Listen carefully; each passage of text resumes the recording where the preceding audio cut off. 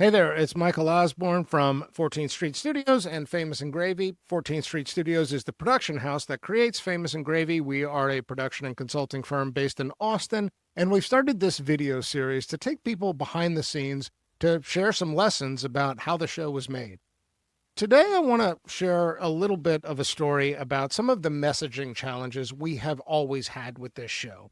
And I'm going to start here. A friend of mine recently alerted me to an Apple podcast review from R. Wade Critical Thinker that describes the show as unexpectedly brilliant. This is a wonderful review to see. Obviously, it went right to my head. Unexpectedly brilliant. But my initial reaction was that it's a little bit of a backhanded compliment, right? Why is it unexpectedly brilliant?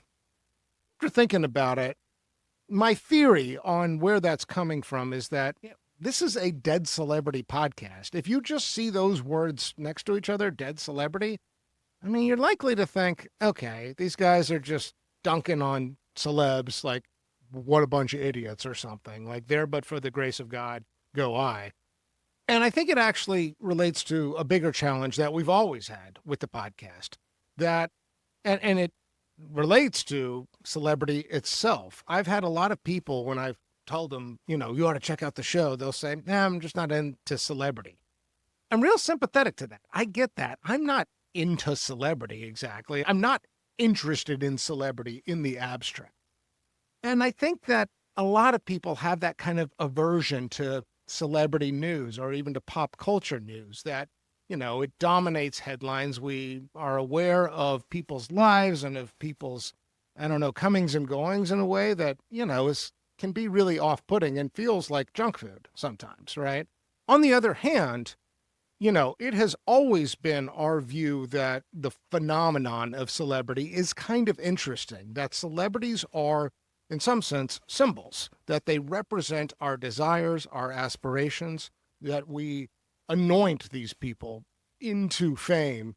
It's almost like social Darwinism or something, right? It's because they're beautiful or they're really smart that they are exemplifying human characteristics. And so, I think that there's something interesting as well as off-putting, all kind of captured in that word, celebrity.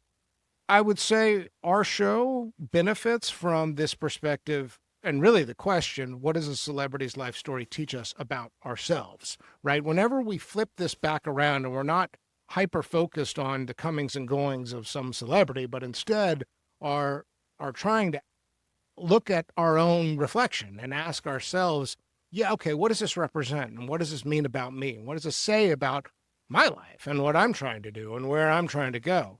So, you have to kind of listen to the show to get that philosophy and that vibe and that attitude. And it's a challenge. It's a challenge when I say it's a dead celebrity show, but it's unexpectedly brilliant. Here to me is the big lesson from this review. Sometimes, in fact, maybe all the time, your audience can describe the show better than you, right? This is the kind of thing, this is the kind of review that I love because I can't say it. Not really. It sounds really arrogant for me to say you should check out my dead celebrity show. It's unexpectedly brilliant. But if somebody else uses that language, then I'm getting somewhere. I think that it also, for me, this particular review speaks to the kind of audience we're hoping to reach, that the show is meant to be smart. The truth is, I am hoping people are both entertained and are learning something and are getting, some value in terms of what we're doing. I think the big lesson here is to pay attention to how your audience is describing your show. And, that may be in a one-on-one conversation, but it also may be at an unexpected place like Apple reviews. So pay attention to your reviews. They say don't read your reviews. I don't know. I think it can be helpful. All right. That's it for today. Thanks so much, and I hope you're enjoying the series.